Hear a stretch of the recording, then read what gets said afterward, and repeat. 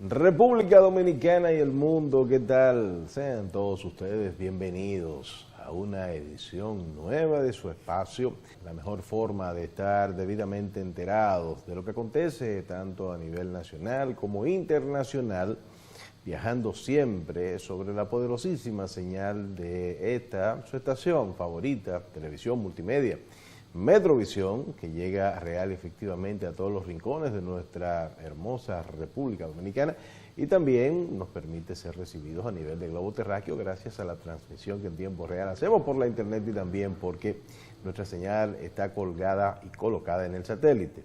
Nosotros intentamos criticar lo malo, resaltar lo bueno al margen de quien lo haga y al mismo tiempo ser una plataforma para que esos invitados e invitadas que en no pocas ocasiones son los protagonistas de las noticias, pues puedan expresarse de una forma libre y espontánea. El tema lo va a suplir siempre el presente y en ese sentido, pues hacemos honor a nuestra condición de un programa que se nutre de la actualidad, pero también es importante que usted sepa que la parte más importante de la relación siempre va a ser usted, querido amigo o amiga, que nos regala el oro de su atención, independientemente a las maneras, a las formas que se utilice para el contacto, porque ya nosotros recibimos y agradecemos la sintonía de amigos y amigas que pues nos contactan a través de la televisión tradicional, pero muchos de ellos a través de los teléfonos inteligentes, otros por la computadora, en virtud a ya las posibilidades y las herramientas que la tecnología lo permite.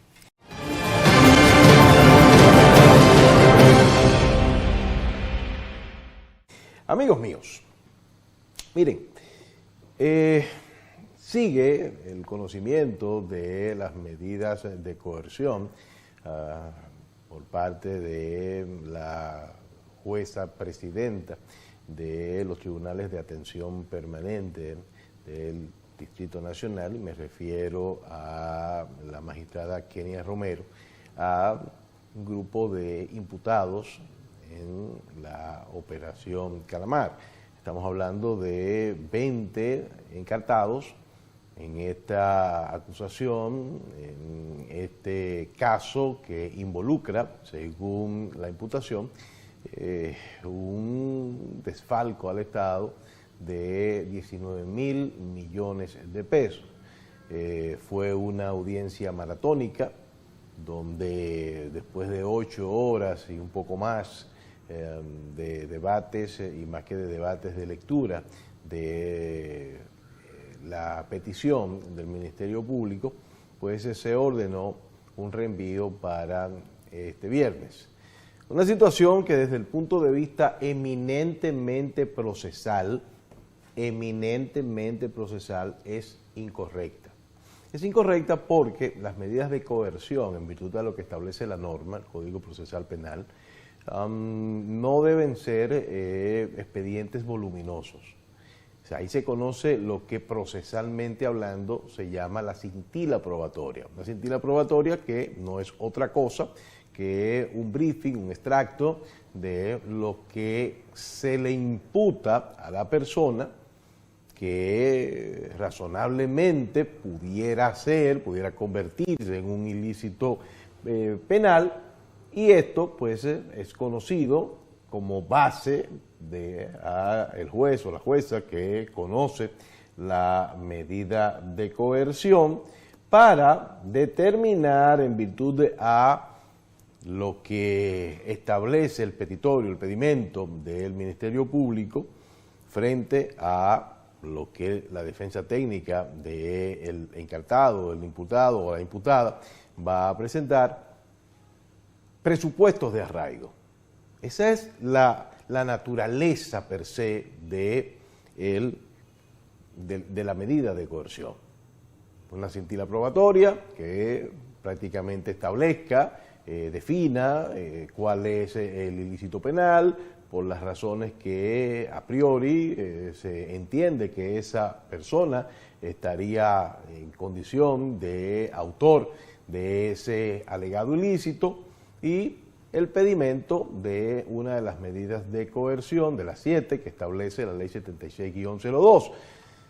se depositan entonces de la otra parte los presupuestos de arraigo en virtud a lo que va a solicitar la defensa técnica del o la imputada, diciendo que generalmente esa persona no se va a evadir del proceso, porque lo que procura medularmente la medida de coerción es que él o la imputada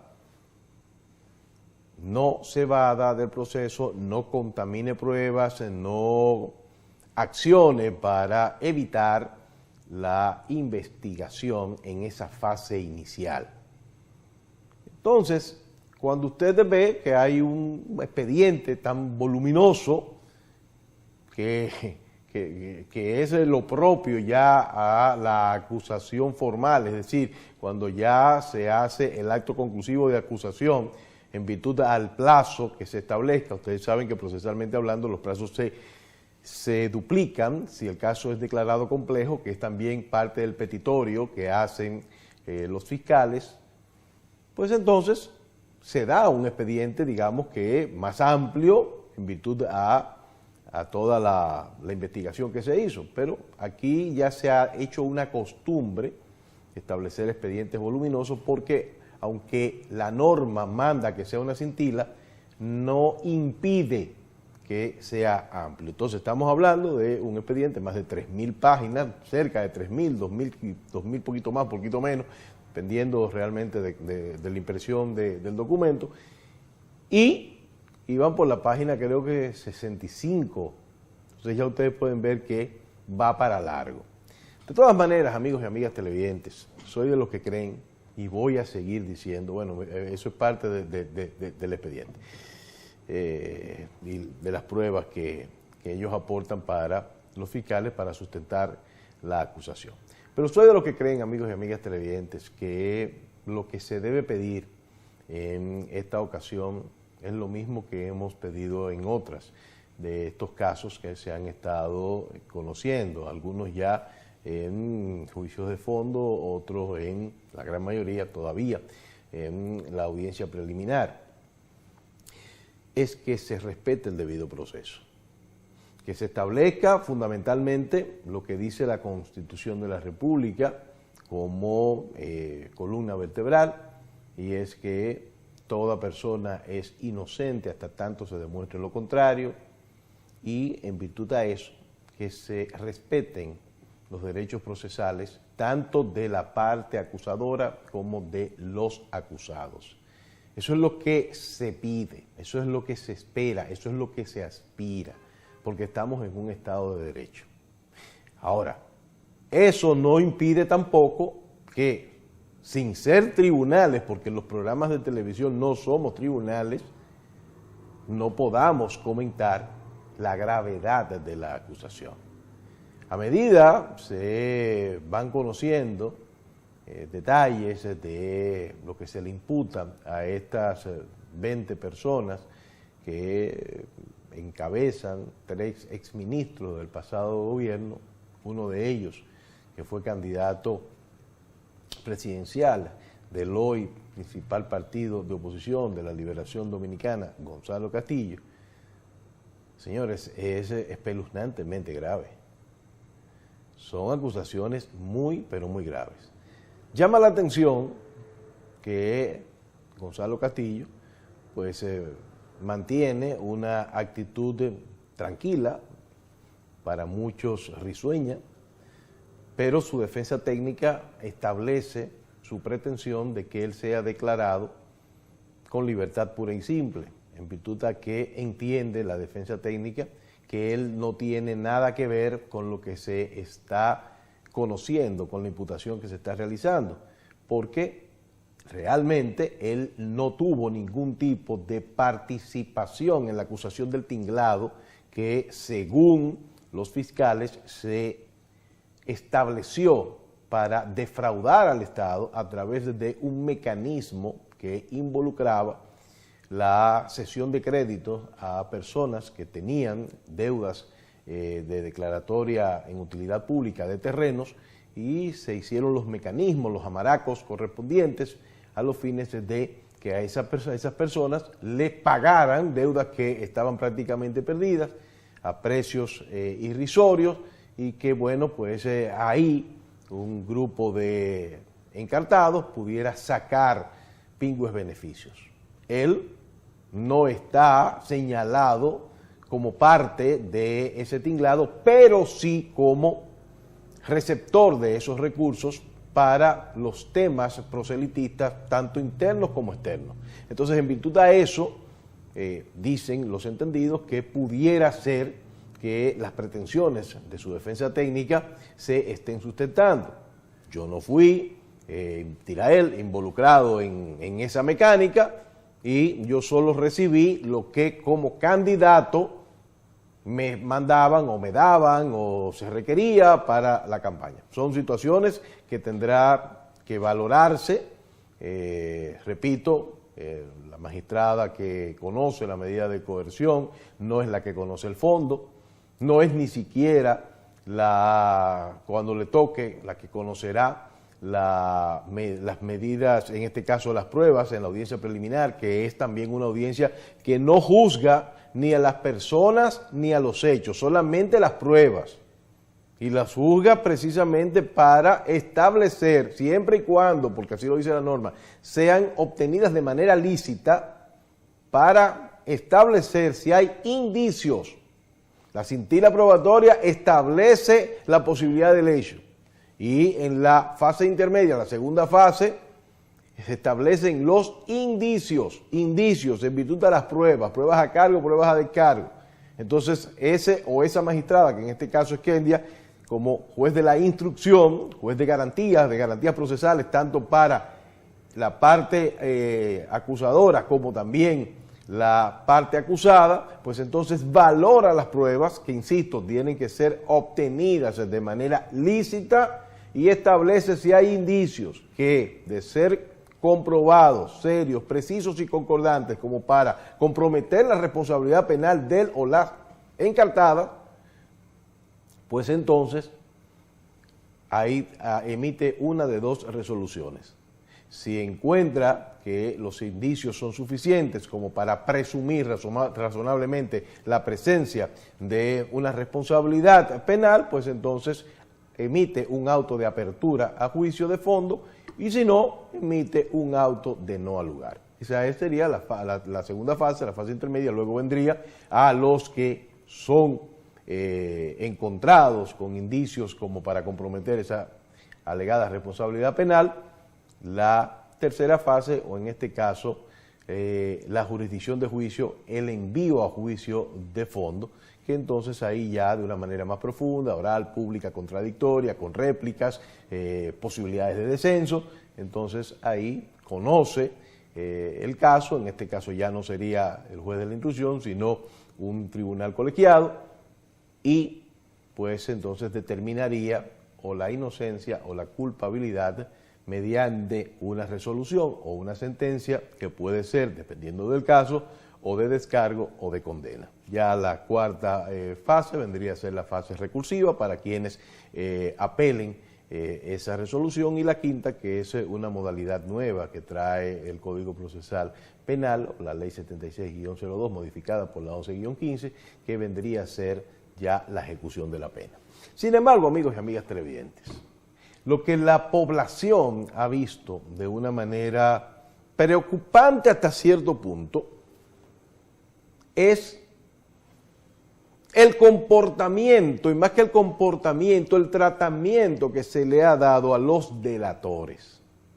Sí, porque si bien es cierto que la norma establece la posibilidad de una delación premiada, es decir, personas que negocian, porque lo establece la ley, la norma, con las autoridades acusadoras para, digamos que, alivianar la carga de castigo en virtud a esa información, y es algo que se ha valorado, y se valora porque el que está haciendo una diablura sabe que la está haciendo, y generalmente se cuida de eliminar rastros, de poner las cosas difíciles. Entonces, si no existiera esa herramienta, esa posibilidad de alguien que está condición o necesidad de colaborar con la justicia, bueno, pues entonces imagínese usted lo difícil que sería, máxime, en una normativa eminentemente probatoria como es la que los rige, poder conseguir una sentencia. Entonces, en virtud de eso, la propia norma establece la posibilidad de que encartados puedan negociar con la Fiscalía, con el Ministerio Público, encargado de la persecución penal, de la acusación, para llegar a un entendimiento. ¿Sobre la base de qué? Bueno, sobre la base de una disminución, de una reducción, de un alivianamiento, si vale el término, de lo que pudieran ser sus responsabilidades y sus castigos. Sin embargo, amigos y amigas televidentes, la sociedad entiende, y usted me puede inscribir dentro de ese grupo, que esto se ha magnificado, que se ha desdibujado. Sí, porque se pregunta a la gente, y repito, me incluyo, en hasta qué punto estamos ante una delación premiada o un incentivo al ilícito. ¿Sí? ¿Por qué? Usted ve gente que está diciendo todo lo que se hacía y lo que hacían, pero no están en condición de acusados. Entonces, mucha gente pudiera pensar, no, pero así es muy fácil. Yo me dedico a hacer todas las diabluras que quiero, me alineo, me asocio, me establezco en asociación de malhechores, y soy funcionario en coalición de funcionarios, una serie de figuras que tipifica el Código Penal y leyes adjetivas que castigan este tipo de comportamiento, y si me agarran empiezo a hablar y negocio mi salida del expediente con la Fiscalía. Óigame, así no, porque eso lo que se está convirtiendo es en un incentivo a lo mal hecho.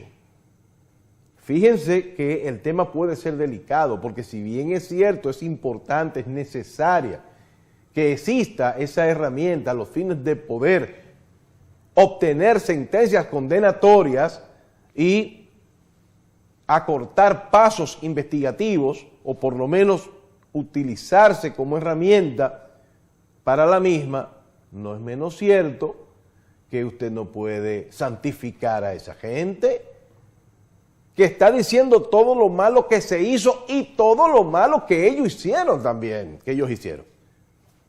Entonces usted dice, no, pero espérate, ¿hasta qué punto esa benignidad de que se tiene con los delatores se convierte en un incentivo para que mucha gente haga todo tipo de diabluras, sobre todo con la garantía de, si me agarran, empiezo a hablar? Sí, pero una cosa es que usted empiece a hablar y le den algún tratamiento diferenciado, de mejoría, de ciertas reducciones, y otra cosa es que usted sencillamente, porque haga el trabajo de delator, salga del expediente, sea santificado, diciendo que qué bueno, que qué tipo honorable. No, hasta ahí no se puede llegar, porque esa benignidad, repito, lo que hace es incentivar a lo mal hecho, sabiendo que si te agarran lo que tienes que hacer es empezar a hablar. Entonces yo creo que cuando uno ve este tipo de cosas, entiende que ha llegado el momento de que se converse sobre el tema, y que se converse sobre el tema, porque no es verdad que eso ayuda, porque la gente lo ve como una burla, en el mismo momento en que también favorece que existan este tipo de cosas, pero entiendo que se está haciendo demasiado benigno con personas que deberían estar encartadas. Deberían estar encartadas, porque usted no me puede salir a mí, por ejemplo, el caso del señor Mimilo Jiménez, que no tengo la ocasión de conocerlo. No que hicimos esto, hicimos aquello, hicimos lo, óigame, barbaridades. Barbaridades. La acusación, porque hasta tanto no se han condenado, uno tiene que agarrarse del principio constitucional de la presunción de la inocencia. Pero bueno, la acusación, graves, barbaridades, diabluras, montos estratosféricos, que 200 millones, que 500 millones, que esto, que lo otro, que entregué 3.000, que entregué 2.000, ¡wow! Pero entonces esa persona no está en el expediente, no está, no nada, que es muy diferente a si hubiese sido un agente encubierto, ¿no? Ya un agente encubierto dice, no, yo tuve que actuar así para lograr tal cosa. No, pero es que no, es que fueron personas que hicieron las diabluras que se están conociendo. Y está bien que haya sido parte de la estructura de testigos a cargo de la Fiscalía en virtud a su condición o su decisión de delatar. Pero una cosa es que por esa decisión que se tenga, usted le modifique, le mejore, le flexibilice ciertas cosas, y otra muy diferente es que esas personas sencillamente salgan del expediente como si nunca hubiesen hecho nada malo. Entonces yo creo, amigos míos, que llegó el momento de que de alguna u otra forma, eso se converse, eso se analice, porque insisto, una cosa es la delación premiada. Bueno, porque yo estoy colaborando, entonces se me flexibilizan ciertas cosas, y otra, muy diferente, es llegar a unos extremos tal que se convierte en un incentivo. No, yo voy a hacer lo que sea, si me atrapan, hablo y salgo. Si no me atrapan, un delincuente más. No, así no. Entonces yo entiendo que hay un momento, y este es, sobre todo con una acusación tan grave, tan dramática, en que se debe conversar sobre ese tema. De todas maneras, amigos y amigas que nos acompañan, nosotros insistimos en el reclamo a que se establezca el debido proceso, la tutela judicial, que son mandatos constitucionales de garantía ciudadana que deben darse. Entiendo en tal virtud que los reclamos que ha estado haciendo el Partido de la Liberación Dominicana no son adecuados, lo hemos dicho varias veces, incluso con mi compañero de tribuna, el doctor don Carlos Javier García, el productor y conductor oficial de este espacio. Lo hemos conversado aquí, ustedes conocen mi posición.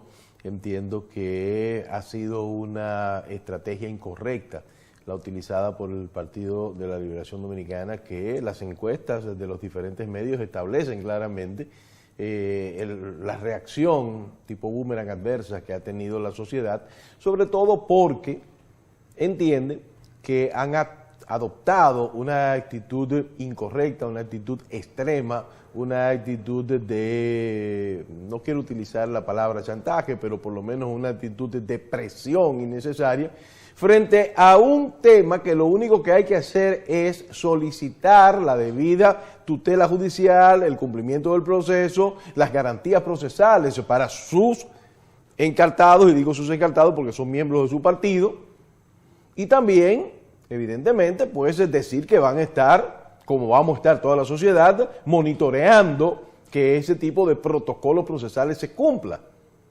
Entonces yo entiendo que sobre ese llamado, porque las responsabilidades penales son individuales, las civiles son colectivas, pero las individuales, las penales son personales, ¿no? Y sobre esa base, pues entonces establecer un punto de vista. Pero cuando se habla de la judicialización, de la politización de la justicia, usted le está hablando, no es al gobierno, aunque quieren decir que es el gobierno, no.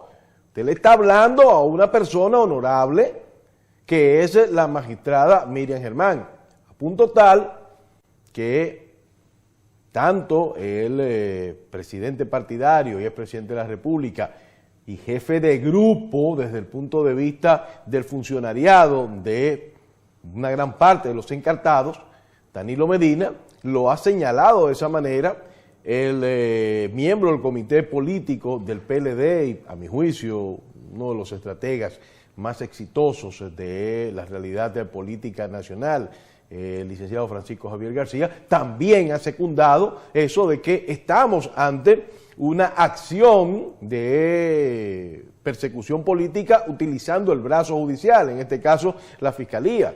Pero uno se pregunta, ok, ¿de dónde sale eso? ¿De dónde sale eso? El Ministerio Público, que es único e indivisible, desde el fiscalizador, que es la parte, es la herramienta, es la pieza, es la figura inicial, hasta el procurador o procuradora general de la República, es único, uno e indivisible. Es decir, que una acción que usted le endilgue a un miembro del Ministerio Público, un fiscal, un fiscalizador, lo que usted quiera, es también endilgable a la cabeza de esa estructura, que es el procurador, la procuradora, en este caso la magistrada profesora Miriam Germán. Porque ese Ministerio Público no tiene ningún tipo de sintonía, de cercanía, ni de afinidad, ni política, ni personal con el gobierno. No la tiene. La directora de persecución criminal, la magistrada Jenny Berenice, no fue nombrada por el Partido Revolucionario Moderno, ni tampoco el director de la Procuraduría Especializada para la Corrupción Administrativa, la PEPCA, Wilson Camacho. Esos son nombramientos de manufactura PLDista. La profesora Miriam Germán es una figura que pertenece a la sociedad dominicana, es decir, desde el punto de vista de la sociedad civil. Entonces, por eso es que doña Miriam le responde a estas imputaciones, estos señalamientos fuertes que hace Francisco Javier García, mi amigo, como también en su condición de jefe de campaña de Abel Martínez, del Partido de la Liberación Dominicana, diciendo que el consultor jurídico del Poder Ejecutivo tiene incidencia en las decisiones del Ministerio Público. Y doña Miriam le responde, y le responde de una manera con altura, pero de una manera con sustento, porque ella tiene la doble condición. Antes de ella ser fiscal fue magistrada de corte, es decir, que viene de una carrera en el Poder Judicial, sabe bastante. Entonces le responde, le dice, no, porque esto... Y le da un consejo, hay que cuidar la forma. Para solicitar el debido proceso, hay que cuidar la forma. Lo dice, lo sugiere. Y yo entiendo que es una sugerencia correcta. Es más, doña Miriam está no solamente fuera de cualquier tipo de dudas y cualquier tipo de sospecha, de vinculación con el Poder Ejecutivo, sino que ha sido en su momento una crítica a algunas actuaciones de su propio grupo, de su propia estructura del Ministerio Público. Entonces, el Partido de la Liberación Dominicana, entiendo que yerra cuando asume esta postura, que es extrema, que es riesgosa, que no tiene por qué hacerla más allá de o proveer abogados para defender la inocencia que se debe presumir en virtud del mandato constitucional de sus correligionarios, al tiempo de solicitar la debida tutela judicial y el cumplimiento del debido proceso. Eso es lo que tiene que hacer, no hay otra. Y no meterse en unos problemas que no tiene por qué hacerlo, porque yo les voy a decir algo. En este gobierno, en otros gobiernos, en el gobierno que pasó, en el gobierno que pasaron, en los gobiernos que vienen, el que hizo lo mal hecho va a tener y tiene que pagar su culpa, pero es la persona, y eso se determina en justicia. Entonces, asumir esa actitud así radical, cuando usted se da cuenta que ya hay algunos de los imputados que han devuelto grandes cantidades de dinero, que las han devuelto, es riesgoso usted asumir esa bandera por todo el mundo. Sí, es riesgoso, porque es que nadie devuelve lo que no entienda que debe ser devuelto en virtud a una negociación para salvarse de una imputación que le están haciendo. Nadie es tan bueno de ir a llevar, no, yo llevé 100 millones de pesos, porque no, usted llevó 100 millones de pesos porque le están diciendo que usted tuvo problemas con esos cuartos y usted lo está devolviendo. Entonces, cuando usted se encuentra con eso, que es una realidad, mínimamente usted tiene que decir, ahí parece que hay algo. Entonces, yo creo que se debe solicitar eso. En el día de ayer, Francisco Javier García habló mediante participación en un medio, diciendo que siempre ha sido un admirador de la magistrada Procuradora General de la República, doña Miriam Germán. Una admiración que compartimos todos. Pero entonces, y lo dije hace 3 días aquí mismo, si usted está diciendo que el gobierno está involucrándose en estos apresamientos, en estos sometimientos, usted no le está hablando al gobierno, usted le está hablando al Ministerio Público, que es único e indivisible. Y eso que ustedes están viendo ahí a manera de infografía, ese es el resultado de la investigación. Ese es el resultado de la investigación. Por eso digo, aún entendiendo y asumiendo el criterio de la presunción de la inocencia, lo que usted tiene ahí es un caso espeluznante. Es un caso que nada más por las sumas, nada más por los montos, hace que a uno se le pongan los pelos de punta. Entonces eso tiene necesariamente que ser conocido en justicia, respetando el debido proceso, pidiendo a el juez, en este caso de control, la jueza de control, que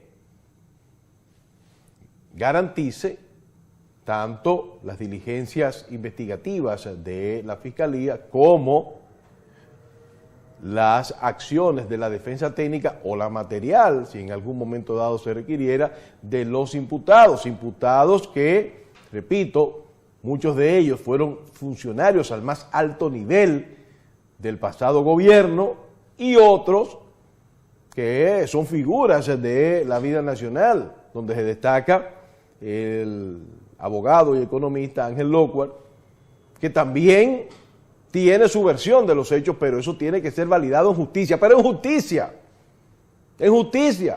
Y el Partido de la Liberación Dominicana se está metiendo en unas presiones y en unos movimientos que la gente no lo está viendo bien y están ahí, ustedes lo están viendo, están ahí. No es que yo me lo estoy inventando, es que están ahí. Porque la gente entiende que no, que si usted es acusado de algo, usted tiene que ir a justicia a demostrar su inocencia. Sí, es que es así. Y que todos estamos en la posibilidad de ser en un momento dado sometidos al escrutinio público. Y si ese escrutinio público deriva en un sometimiento, pues, ¿qué podemos hacer? Defendernos en las instancias correspondientes. Hay mucha gente que habla de que no debieron ser, digamos que, tratados de la forma en cómo se hizo, hablan de lo innecesario del operativo para apresarlo. Eso ya siempre va a ser subjetivo. Hay quienes establecen puntos a favor, hay quienes establecen puntos en contra. No sé hasta qué nivel se siente el Partido de la Liberación Dominicana con la potestad, con la capacidad, con la patente de corso, como para hacer este señalamiento. ¿Sí? ¿Por qué? Acuérdese del caso de Brecht. En el caso de Brecht, el Ministerio Público del pasado gobierno, que precisamente está por otro caso sometido a la justicia, y me refiero al ex procurador Jean Alain Rodríguez, cuando fue a buscar a los encartados de ese caso de Brecht, pues bueno, ustedes vieron lo que pasó. Ustedes vieron lo que pasó. Entonces no sé hasta qué punto se sienten ellos con la patente de corso suficiente ante una población que vio cómo se manejaron ellos cuando tenían el control del Ministerio Público con los encartados de aquel momento. Lo cierto es, amigos y amigas televidentes, que usted no puede salir hoy a decir que el Ministerio Público que está al frente de, bueno, ese fue el momento, ustedes lo vieron. Entonces, usted no puede decir ahora mismo que ese Ministerio Público tiene una sintonía ni una cercanía con el presidente de la República, con el actual gobierno. No es verdad. Y doña Miriam Germán Brito es una magistrada, la profesora Miriam es una magistrada seria. Es una mujer que prestigia su género, que prestigia su generación, que prestigia la justicia. Entonces entiendo que no es una buena táctica porque definitivamente se está comiendo la estrategia.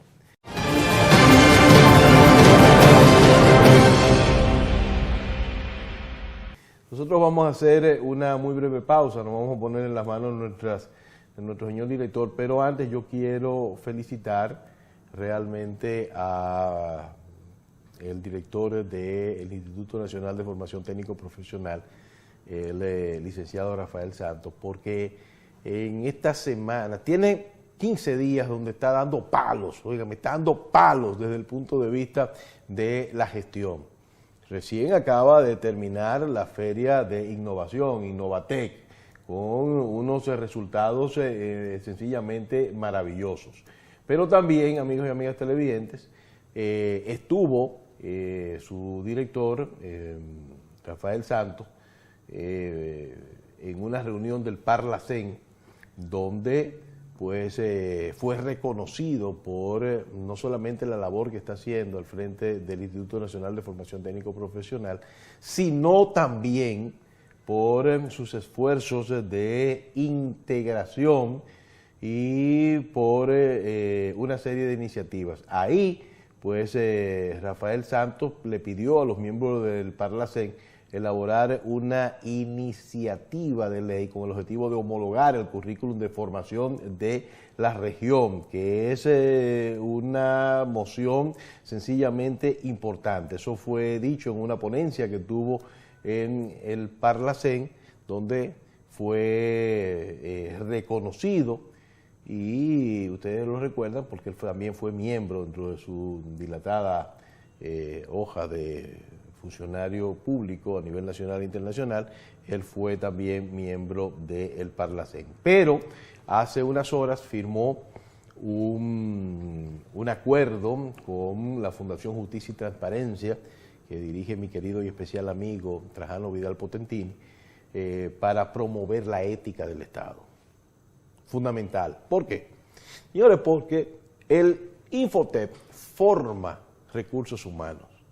Y tiene una característica importantísima, forma recursos humanos y lo forma en una capacidad y en una posibilidad de acción inmediata.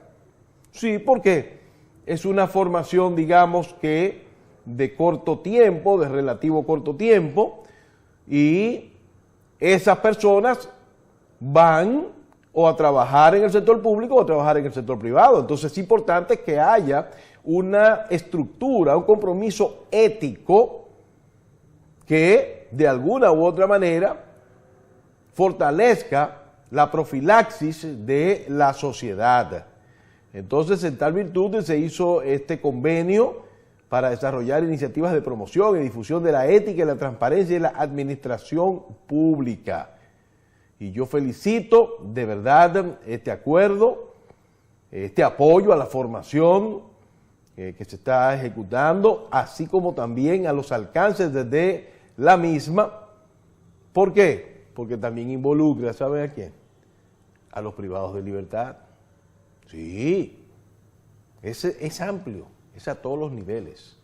Entonces, definitivamente que el director del Infotep, Rafael Santos Badías, ha estado dando puntos a favor del país sobre la base del desempeño que ha estado desarrollando en esta buena gestión en el Instituto Nacional de Formación Técnico Profesional. Agradecido, profesor Rafael Santos, por esas atenciones y auguramos el mayor de los éxitos de esa relación armónica entre Infotet y lo que en este momento promovemos nosotros del Parlamento, y auguramos esa relación permita impulsar iniciativas que del Parlamento, en coordinación con usted, pudiéramos estar promoviendo en bien del desarrollo de la gestión política que impulsa el Parlamento Centroamericano y el desarrollo de la integración de Centroamérica y de República Dominicana. Nosotros, profesor Rafael Santos, en función a ese reconocimiento, lo invitamos para imponerle el PIN correspondiente a lo que el Parlamento reconoce en la figura suya como director de Infotet, al igual que un pergamino a nombre suyo por parte de los diputados del Parlamento Centroamericano, tanto de República Dominicana como de Centroamérica. Gracias, profesor. Y ahora yo le digo, con este PIN, ustedes reivindican mi condición de diputado de mérito del Parlamento Centroamericano. Muchísimas gracias.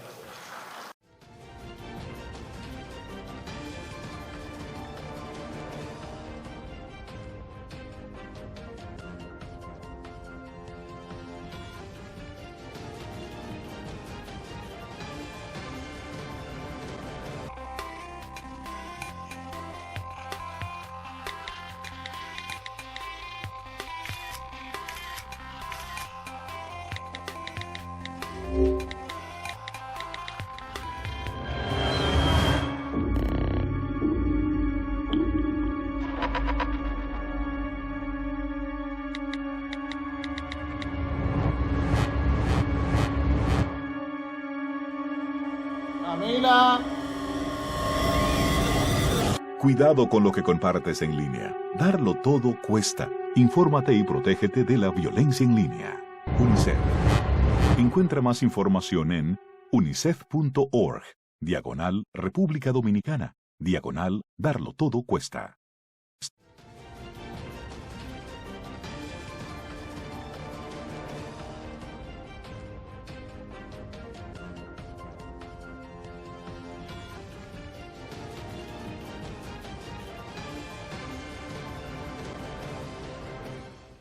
Gracias, querido público, gracias por el oro de su sintonía, esa honrosa compañía que nos regalan a esta acción televisiva que nos involucra en los temas del presente y donde usted siempre va a ser la parte más importante de la relación, ayudándonos a criticar lo malo y resaltar lo bueno.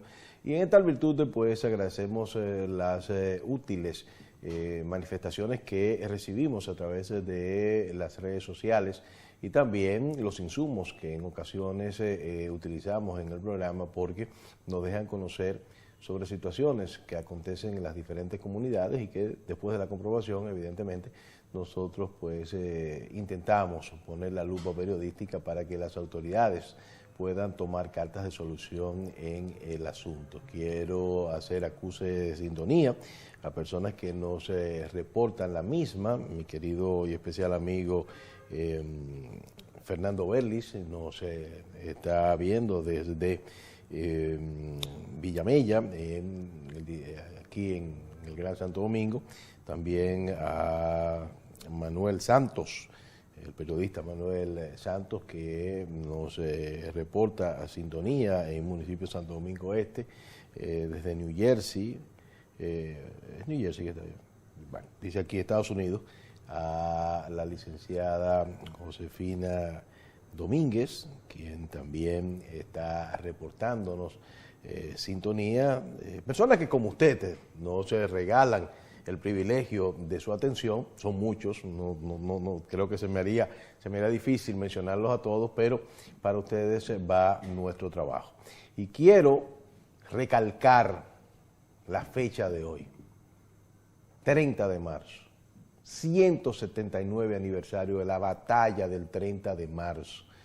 Batalla que, como la del 19 de marzo, que se libró en Azua, 1844, prácticamente después de el grito independentista de la memorable, gloriosa noche del 27 de febrero, pues sucedieron estas batallas que pudieron contener esas intenciones de recuperación que tenía el ejército haitiano. Y estamos pues saludando el grupo de actividades que tendrá la presencia del presidente Luis Abinader y se van a desarrollar en Santiago en ocasión, repito, del 179 aniversario de la batalla del 30 de marzo. Cuando hablamos del 30 de marzo, pues estamos hablando de una batalla fundamental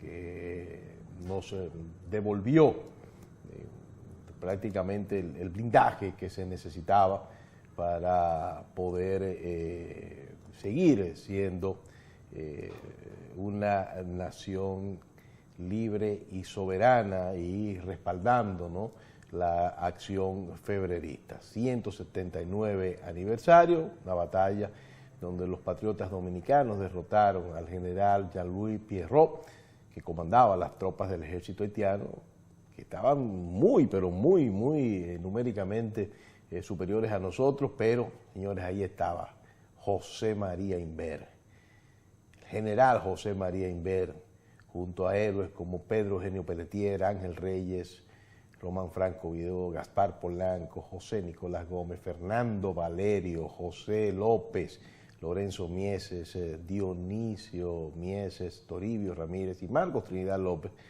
que definitivamente pues se pusieron a la altura de las necesidades de la recién creada nación. Y pues ya ustedes conocen la historia que se ha perpetuado durante todo este tiempo. Con esta efemérides también pues resaltamos la labor que se ha estado desarrollando y que ha estado desarrollando la Comisión Nacional, o en este caso la Comisión Presidencial de Efemérides Patrias, en la figura de su comisionado Juan Pablo Uribe, que hace de cada una de estas fechas una efeméride memorable a la altura de todo lo que significa. Y por eso pues ha contado con el respaldo del presidente Luis Abinader, porque el trabajo que está haciendo Juan Pablo Uribe al frente de la Comisión Permanente de Efemérides Patrias, con poco dinero, yo diría que sin un chele, es una muestra de creatividad, de compromiso, y eso pues lo valora el pueblo dominicano, lo agradece en todo el sentido de la palabra, porque ayuda a que estas fechas, las conocidas y las que prácticamente eran desconocidas, pues puedan tener el prestigio, puedan tener la categoría que se necesita precisamente para que las nuevas generaciones, las generaciones actuales, estén en consonancia con la obligatoriedad de pues siempre tener pendiente este legado que estos hombres y mujeres hicieron para que hoy podamos tener una nación libre, soberana e independiente. Desde aquí, mi saludo, mi respeto y mi exhortación a todas las personas que si tienen menores que tutelar, que pues les hablen sobre este efemérides, y el que pueda pues pone en su casa una bandera, una alegoría que diga orgullosamente que somos dominicanos y que aplauda con ese gesto las acciones de estos patriotas que un día como hoy, pero en 1844, hicieron lo que tenían que hacer precisamente para que República Dominicana sea lo que hoy podemos decir orgullosamente que somos, una nación libre y soberana. En la parte final del programa quiero resaltar, porque ha sido un trabajo arduo, el que ha hecho la Fuerza del Pueblo, el expresidente de la República y presidente de esa organización política opositora, el doctor Leonel Fernández, depositó ante la Junta Central Electoral un padrón con 1,5 millones de afiliados. Él acudió junto a un equipo de la Fuerza del Pueblo y pues ahí entregó ese padrón, lo que ha sido el resultado de un laborantismo en base a las inscripciones que han estado desarrollando durante todo este tiempo y en toda la geografía nacional. Para nadie es un secreto que la Fuerza del Pueblo está haciendo el mayor de sus esfuerzos precisamente para fortalecer la estructura, que es su debilidad. Tienen un buen candidato premium, que es el presidente Leonel Fernández, pero tiene esa debilidad de fortalecer la estructura partidaria. Y entonces, pues, ahí fue recibido por el Pleno de la Junta Central Electoral, encabezado por su presidente, el doctor Román Jaques Liranzo, y los diferentes miembros, y estuvieron ahí, digamos que la plana directiva y fundamental de la Fuerza del Pueblo, y entregaron ahí esa información en data de 1.500.000 que entienden ellos tendrán que seguir trabajando para llegar a los 2 millones de afiliados. Bueno, eso es real, que están haciendo un laborantismo en la medida que el Partido de la Liberación Dominicana se afecta como marca, en esa misma proporción también se fortalece la Fuerza del Pueblo. No hay que ser un matemático ni hay que ser un erudito para saber que hay ese sector de naturaleza bochista, de naturaleza PLDista, que vio a Leonel Fernández como su líder durante tanto tiempo, pues sí se desmoraliza si entienden que pese a tener un buen candidato como es Abel Martínez, que no está vinculado a nada de estas acciones alegadamente de corrupción que se le endilgan a algunos miembros de su partido, de la Liberación Dominicana, y que afectan la marca, entienden que no hay posibilidades, que la marca está muy afectada, pues corren hacia la Fuerza del Pueblo. No hay que ser un erudito.